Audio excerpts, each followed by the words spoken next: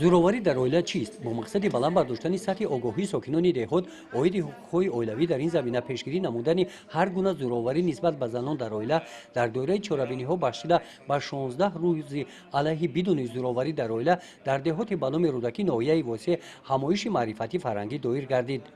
чорабинии мазкур бо иқдоми шӯъбаи кору бо занон ва оилаи мақомоти иҷроияи ҳокимияти давлатии ноҳияи восеъ дар ҳамкорӣ бо Лигаи занони ҳуқуқшиноси Тоҷикистон ва дастгирии молиявии Созмони байналмилалии муҳоҷират гузаронида шуд. дар ин ҳамоиш занони ҳуқуқшинос баромад намуда оиди паҳлӯҳои гуногуни зӯроварии хонаводагӣ ва роҳҳои пешгирии он маълумот доданд. қайд гардид ки аз рӯи таҳлилҳои онҳо дар аксар мавридҳо онҳои мавриди зӯроварӣ қарор мегиранд ки дар ин хусус иттилои кофӣ надоранд. сипас бо ҷалби кормандони қасри фарҳанги ноҳияи восеъ дар мавзӯи зӯроварии хонаводагӣ намоишномаи тарбиявӣ манзури сокинони деҳот гардонида шуд ки аз тамошои он иштирокчиёни чорабинӣ нисбати ин мавзӯъ маълумоти бештар гирифтанд.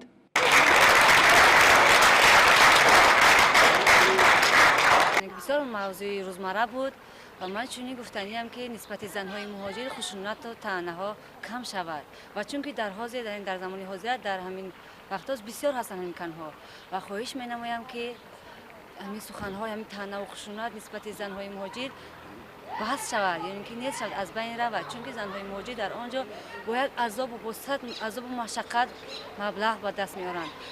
онҳоро зиндагӣ маҷбур мекунанд то ин ки ба он ҷо ба хориҷа раванд, то ин ки зиндагиашон беҳтар гузарад. баъди анҷоми намоишнома занони ҳуқуқшинос бо аҳли толор рӯ ба рӯ мазмуни саҳнаи пешниҳодгардидаро оиди пешгирии зӯроварии хонаводагӣ муҳокима карданд. дар муҳокимарониҳо занони деҳот фаъолона иштирок намуданд.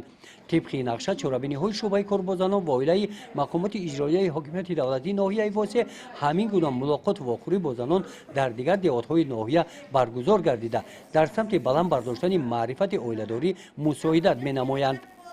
гузориши хоҷа назриев, худойназар зуҳуров аз ноҳияи восеъ барои барномаи иттилоотии Навид.